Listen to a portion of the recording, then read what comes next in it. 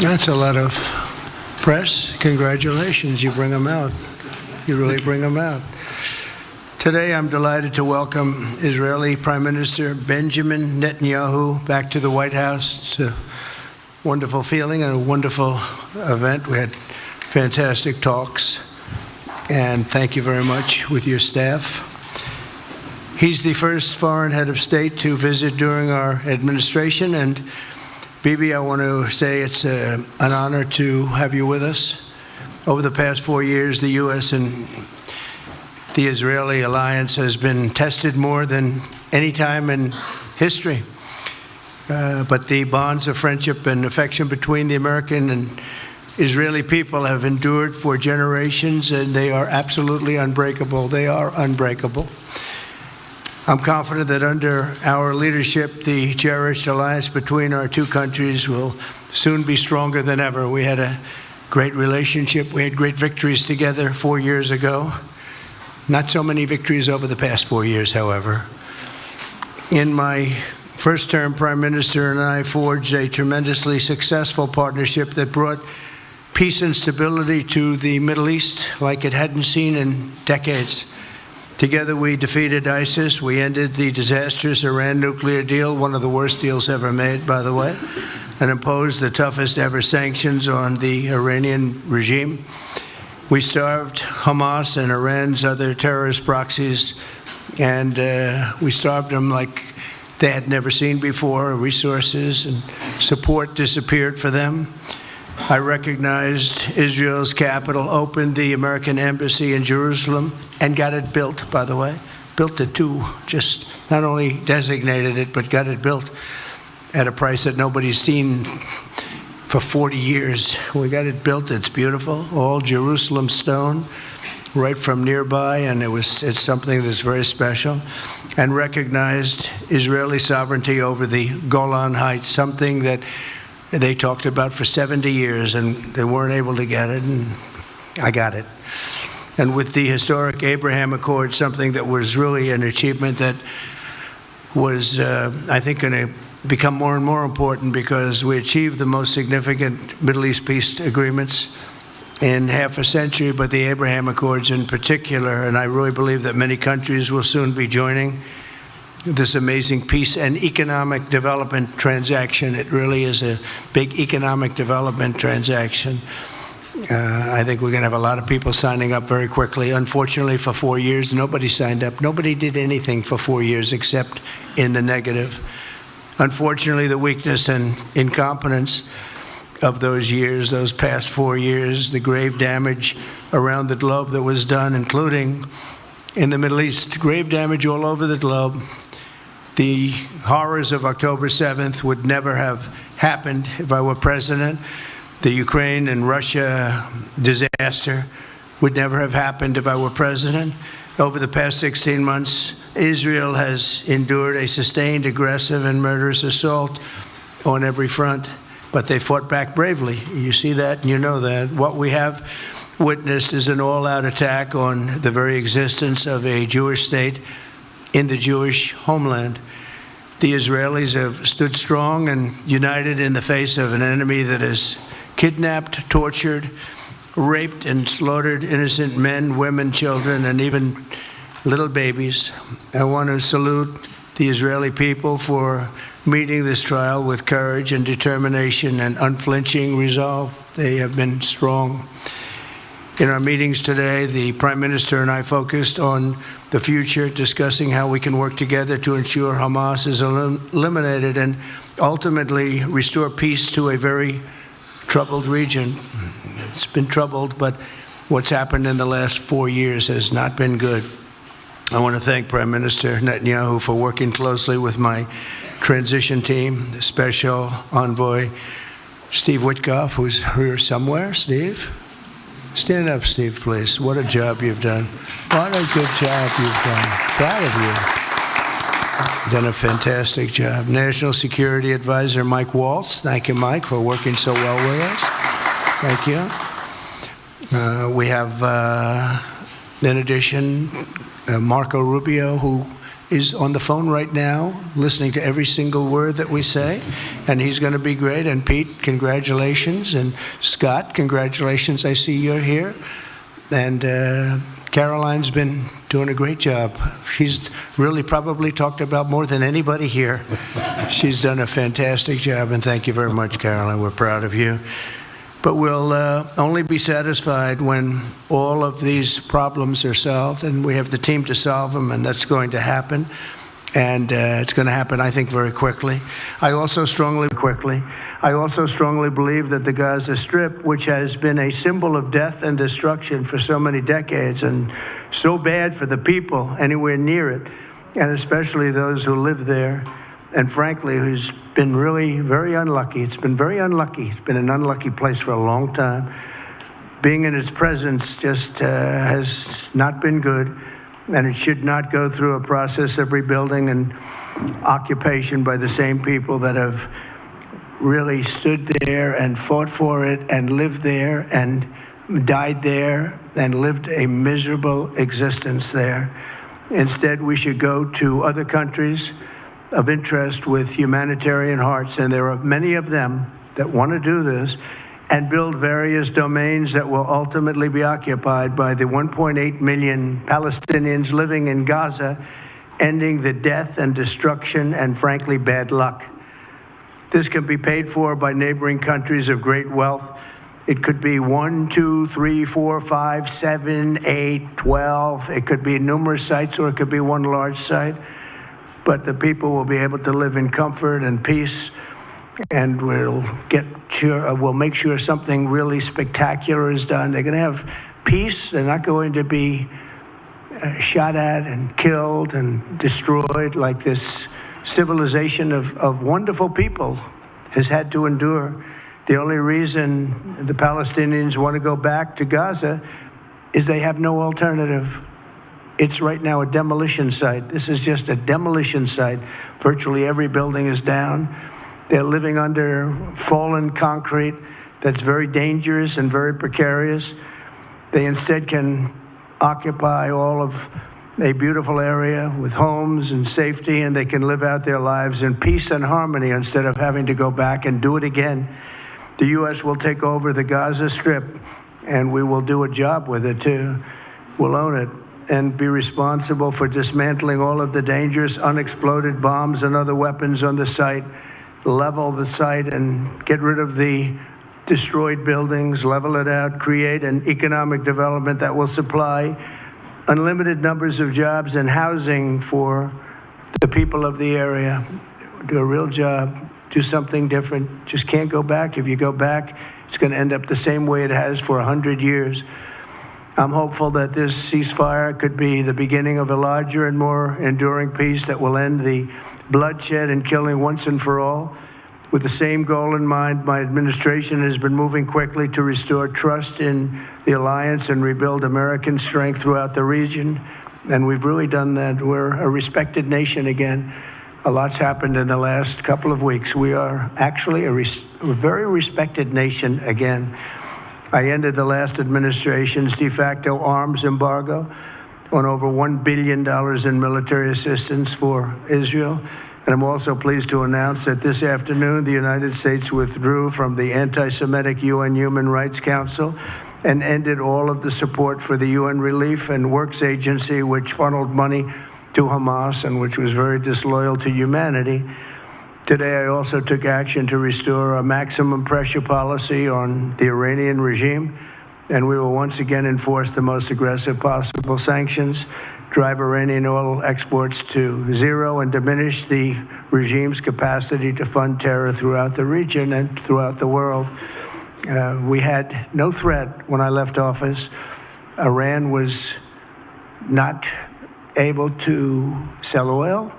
Nobody was buying oil because I said, don't buy it. If you buy it, you're not doing any business with the United States. And Hamas was not being funded. Hezbollah was not being funded. Nobody was being funded. There would never have been an October 7th. 2 weeks ago, I once again designated the Houthis as a terrorist organization. They're trying to destroy world shipping lanes, and that's not going to happen.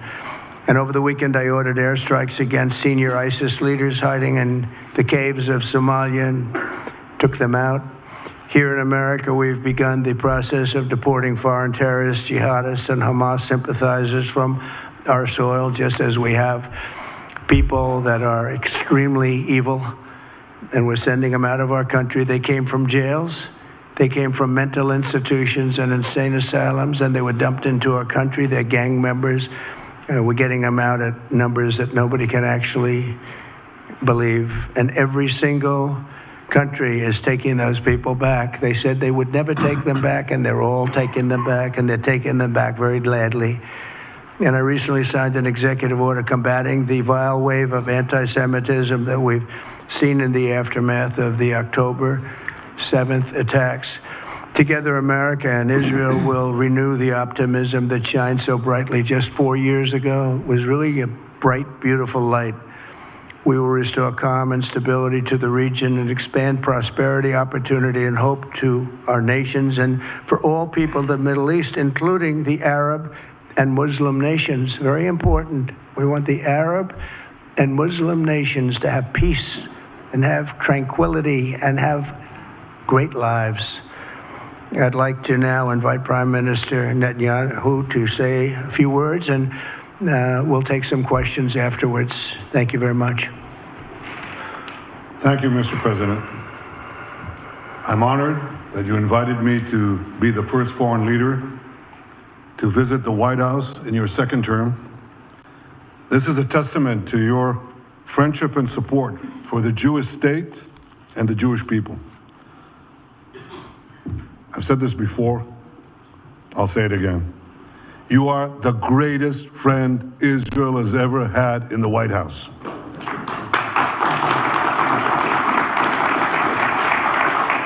And that's why the people of Israel have such enormous respect for you.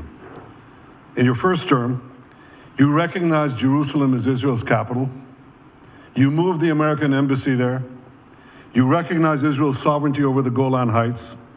You withdrew from the disastrous Iran nuclear deal. I remember we spoke about it.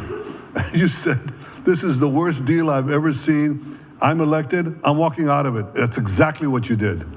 And I think it speaks loudly for just common sense, just looking at things and seeing them as they are. And of course, you also brokered the groundbreaking Abraham Accords in which Israel made peace with 4 Arab states. We did this in 4 months. Nothing happened for a quarter of a century, but in 4 months, we were able, working together under your leadership, to have 4 historic peace accords. And now in the first days of your second term, you picked up right where you left off. Your leadership helped bring our hostages home, among them American citizens. You freed up munitions that have been withheld from Israel. They had been withheld from Israel in the midst of a 7-front war for our existence. And you just freed it. You ended unjust sanctions against law-abiding Israeli citizens. You boldly confronted the scourge of anti-Semitism. You stopped funding, as you just said, international organizations like UNRWA that support and fund terrorists. And today, you renewed the maximum pressure campaign against Iran. Ladies and gentlemen, all this in just 2 weeks. Can we imagine where we'll be in 4 years? I can. I know you can, Mr. President. For our part, we in Israel have been pretty busy too. Since the horrendous October 7th attack, we've been fighting our common enemies and changing the face of the Middle East. On that infamous day, Hamas monsters savagely murdered 1,200 innocent people, including more than 40 Americans.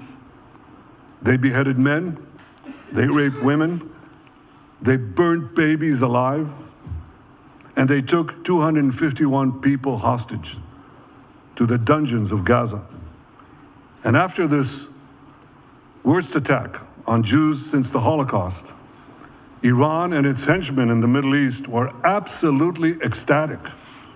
Haniya praised the massacre. Sinwar said that Israel was finished. Nasrallah boasted that Israel was, here's what he said, as feeble as a spider's web. Well, Mr. President, Haniya is gone. Sinwar is gone. Nasrallah is gone. We've devastated Hamas. We decimated Hezbollah. We destroyed Assad's remaining armaments. And we crippled Iran's air defenses. And in doing this, we've defeated some of America's worst enemies. We took out terrorists who were wanted for decades for shedding rivers of American blood, including the blood of 241 Marines murdered in Beirut. We accomplished all this with the indomitable spirit of our people and the boundless courage of our soldiers. The Bible says that the people of Israel shall rise like lions, and boy did we rise. Today, the roar of the Lion of Judah is heard loudly throughout the Middle East. Israel has never been stronger, and the Iran terror axis has never been weaker. But as we discussed, Mr. President, to secure our future and bring peace to our region, we have to finish the job. In Gaza, Israel has three goals: destroy Hamas's military and governing capabilities, secure the release of all of our hostages, and ensure that Gaza never again poses a threat to Israel.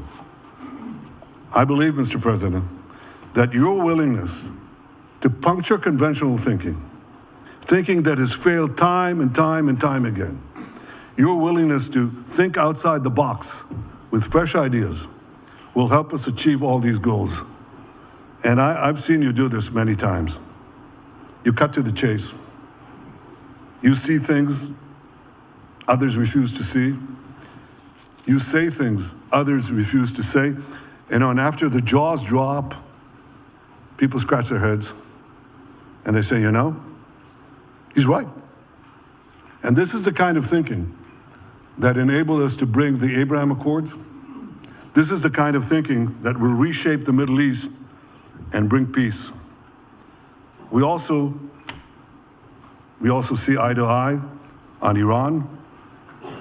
That's the same Iran that tried to kill us both. They tried to kill you, Mr. President. They tried through their proxies to kill me. We're both committed to rolling back Iran's aggression in the region and ensuring that Iran never develops a nuclear weapon. Mr. President, ladies and gentlemen, Israel will end the war by winning the war. Israel's victory will be America's victory. We will not only win the war, working together, we will win the peace. With your leadership, Mr. President, and our partnership, I believe that we will forge a brilliant future for our region and bring our great alliance to even greater heights. Thank you. Thank you very much, baby. Very nice. Thank you. And J.D. Vance, everybody. J.D., please, Vice President, stand up. He's been doing a good job. He's been working very hard on all things, but this in particular. We'll take some questions, please. Yes, ma'am. Go ahead, please. Go ahead. Yeah, go ahead. Mr. President, can a normalization deal with Saudi Arabia be achieved without the acknowledgement of a Palestinian state? That question for you too, Mr. Prime Minister. And Mr. President, given what you've said about Gaza, did the U.S. send troops to help secure the security vacuum? So Saudi Arabia is going to be very helpful, and they have been very helpful. They want peace in the Middle East. It's very simple. We know their leader and their leaders very well. They're wonderful people, and they want peace in the Middle East. As far as Gaza is concerned, we'll do what is necessary. If it's necessary, we'll do that. We're going to take over that peace, and we're going to develop it, create thousands and thousands of jobs, and it'll be something that the entire Middle East can be very proud of. But everybody feels that continuing the same process that's gone on forever, over and over again, and then it starts, and then the killing starts, and all of the other problems start.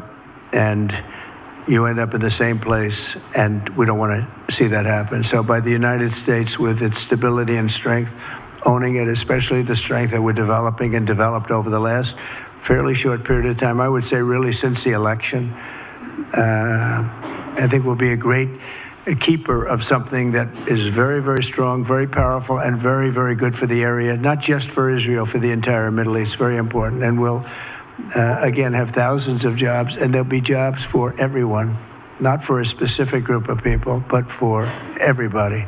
Okay, please. I think peace between Israel and Saudi Arabia is not only feasible, I think it's going to happen.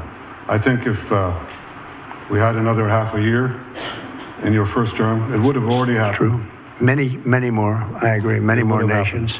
I think you can't prejudge and pre-guess how we'll achieve it, but I'm committed to achieving it. And I know the president is committed to achieving it, and I think the Saudi leadership is interested to achieve it. So we'll give it a good shot, and I think we'll succeed. Yeah, please, go ahead. First of all, President Trump, did you hear from Prime Minister Netanyahu at your meeting guarantees that ceasefire will hold, including phase 2? And Prime Minister Netanyahu, why are you refusing to set up a national commission to investigate the failure of October 7th? Well, I can't tell you whether or not the ceasefire will hold. We've done, I think, a very masterful job. We weren't helped very much by the Biden administration, I can tell you that. But we've gotten quite a few hostages out. We're going to get more out. But we're dealing with very complex people. And we are going to see whether or not it holds. We certainly want to have more come out. They've come out damaged in many ways, very damaged people. But they're going to get better, and they're going to be strong, and they're going to have a good life. And we hope to get as many as possible out. Whether or not it holds, I don't know. We hope it holds. We hope it holds. I think that at the appropriate time, which I think will enable us to really investigate what happens, what were the causes of the failures, by an independent commission that will be accepted by the majority of the people. We don't want it accepted by one half of the people and not the other. I think we should have it, and we should find out exactly what happened. I'm insisting on it. And believe me, it'll surprise a lot of people when it happens. Kelly, go ahead. You are outlining something that is really quite striking tonight. You are talking about... Thank you, Mr. President, Mr. Prime Minister. You are talking tonight about the United States taking over a sovereign territory. What authority would allow you to do that? Are you talking about a permanent occupation there, redevelopment? And Mr. Prime Minister, do you see this idea as a way to expand the boundaries of Israel and to have a longer peace, even though the Israeli people know how important that land is to you and your citizens, just as the space is inherited by the Palestinians as well? I do see a long-term ownership position, and I see it bringing great stability to that part of the Middle East and maybe the entire Middle East. And everybody I've spoken to, this was not a decision made lightly. Everybody I've spoken to loves the idea of the United States owning that piece of land, developing and creating thousands of jobs with something that will be magnificent in a really magnificent area that nobody would know. Nobody can look because all they see is death and destruction and rubble and demolished buildings falling all over. It's just a terrible sight. I've studied it. I've studied this very closely over a lot of months, and I've seen it from every different angle. And it's a very, very dangerous place to be, and it's only going to get worse. And I think this is an idea that's gotten tremendous, and I'm talking about from the highest level of leadership, gotten tremendous praise. And if the United States can help to bring stability and peace in the Middle East, we'll do that. Bibi? I mentioned again tonight our three goals. And the third goal is to make sure that Gaza never poses a threat to Israel again. President Trump is taking it to a much higher level. He sees a different future for that piece of land that has been the focus of so much terrorism, so many attacks against us, so many trials and so many tribulations. He has a different idea. And I think it's worth paying attention to this. We're talking about it. He's exploring it with his people, with his staff. I think it's something that could change history. And it's worthwhile really pursuing this avenue. Yeah, please, go ahead. Go ahead. Right. President, I have a question for you. Can you hear me? Yeah. So before rebuilding Gaza again, obviously we'll take out all the hostages, and one of them is Bernard Alexander, an American who is alive. How will you be assured that you will take out all the hostages and then rebuild? We're working very hard to get all the hostages. The word is all, and we are working very hard. So far, it's been moving along fairly rapidly, pretty much on schedule. I'd love to have them all out at one time, but we're taking them out, and tomorrow more are being released, and over the days more, and then we'll go into a phase 2. But we'd like to get all of the hostages, and if we don't, it will just make us somewhat more violent. I will tell you that, because they would have broken their word. Mr. Witkoff and his entire group have been working 24 hours around the clock, and they want them out, and promises have been made to them, and we'll see whether or not those promises will be kept. But we want all the hostages, that's right. How much time do you think it will take?